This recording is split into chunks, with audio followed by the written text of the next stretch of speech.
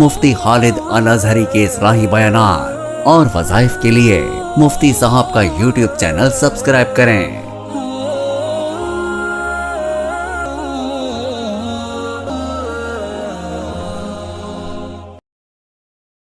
نحمده ونصلي ونسلم على رسوله الكريم اما بعد فاعوذ باللہ من الشیطان الرجیم بسم اللہ الرحمن الرحیم۔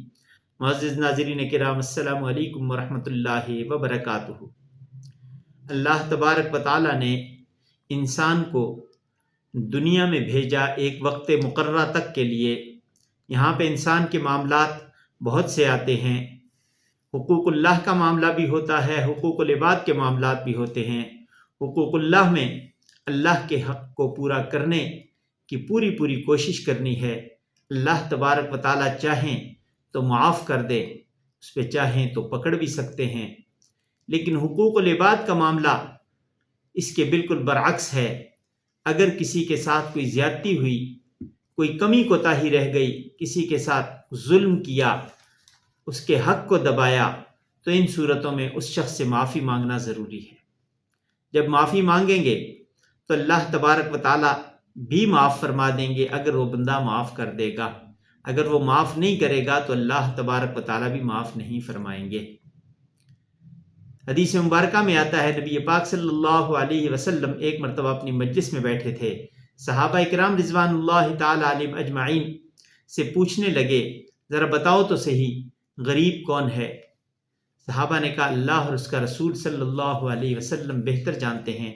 آپ صلی اللہ علیہ وسلم نے ارشاد فرمایا، غریب وہ ہے جو حقوق العباد کی کوتاہی کرتا تھا، حقوق العباد ادا نہیں کرتا تھا، لوگوں کے ساتھ زیادتی کرتا تھا، ظلم کرتا تھا، اللہ کے حقوق وہ پورے کر رہا تھا لیکن حقوق العباد کی کوتاہی۔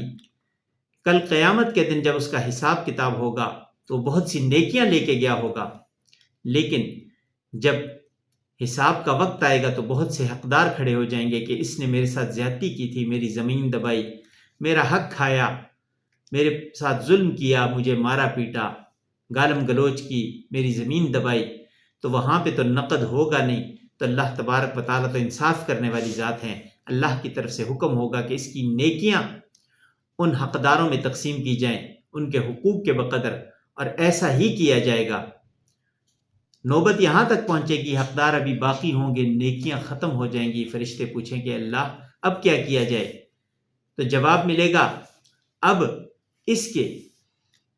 اس نے جو حق کھایا ہے اس کے بدلے ان حقداروں کے گناہ اس کے کھاتے میں ڈالے جائیں، اور یہی کیا جائے گا۔ نوبت یہاں تک پہنچے گی کہ وہ شخص جو جنت میں جانے کے لیے بہت سی نیکیاں لے کے آیا تھا، حقوق العباد کی وجہ سے جہنم میں ڈال دیا جائے گا، گناہوں کے بوجھ کے ساتھ۔ تو دنیا میں رہنا ہے تو دنیا میں ایسے رہیں کہ اللہ کے حقوق کو بھی ادا کریں، اللہ کے بندوں کے حقوق کی ادائیگی کی بھی پوری کوشش کریں، اور وقتاً فوقتاً اللہ کے بندوں سے بھی اپنی کوتاہیوں کی معافی کراتے رہے۔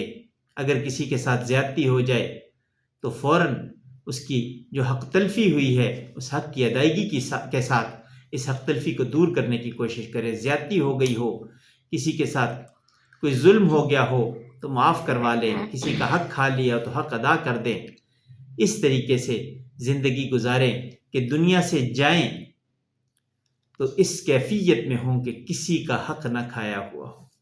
انسان جب دنیا میں آتا ہے تو وہ خود رو رہا ہوتا ہے، باقی سارے اس کے اپنے وہ ہنس رہے ہوتے ہیں، خوش ہو رہے ہوتے ہیں، حالانکہ جو پیدا ہوا ہوتا ہے وہ روتے ہوئے آتا ہے دنیا میں۔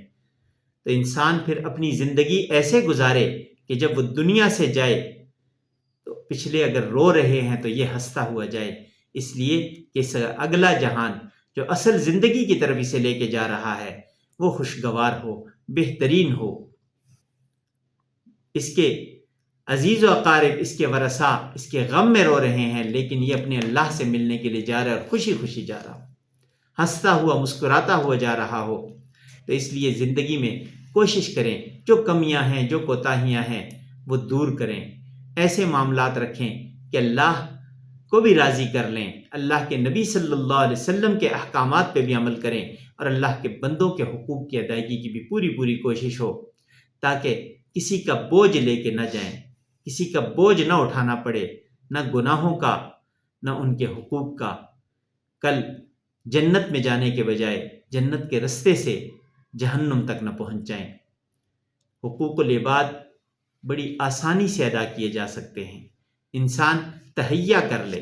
کوئی بھی نیکی ہے، انسان اس وقت اس نیکی میں کامیاب ہوتا ہے جب وہ نیت کرتا ہے، نیت کر لے، تہیہ کر لے کہ میں نے یہ کام کرنا ہے، تو اللہ کی مدد اس کے ساتھ شامل حال ہو جاتی ہے۔ اللہ کی مدد اس وقت آتی ہے جب انسان نیت کرتا ہے، نیت کرے گا اللہ کی مدد شامل حال ہو جائے گی، اور اللہ تبارک و تعالیٰ اس کے لیے آسانی کر دیں گے۔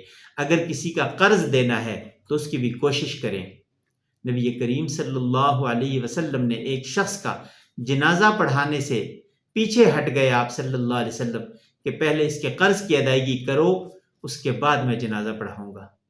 تو کتنی سخت وعید ہے کہ آپ صلی اللہ علیہ وسلم جنازہ پڑھانے سے پیچھے ہٹے کہ اس کے قرض کی ادائیگی پہلے کرو۔ زندگی کا پتہ نہیں ہوتا، اس لیے اگر کسی کا قرض دینا ہے اس کی بھی کوشش کرنی شروع کر دیں کہ میں نے دینا ہے۔ بعض لوگوں کی تو نیت ہی نہیں ہوتی دینے کی، تو اس طرح وہ حقوق العباد کی کوتاہی کر کے اپنے لیے بوجھ بنا رہے ہیں۔ کوشش کریں کہ اللہ تبارک و تعالیٰ کے حقوق کے ساتھ ساتھ اللہ کے بندوں کے حقوق بھی ادائیگی کریں۔ اللہ ہمارے لیے آسانیاں پیدا فرمائے۔ وآخر دعوانا ان الحمد للہ رب العالمین۔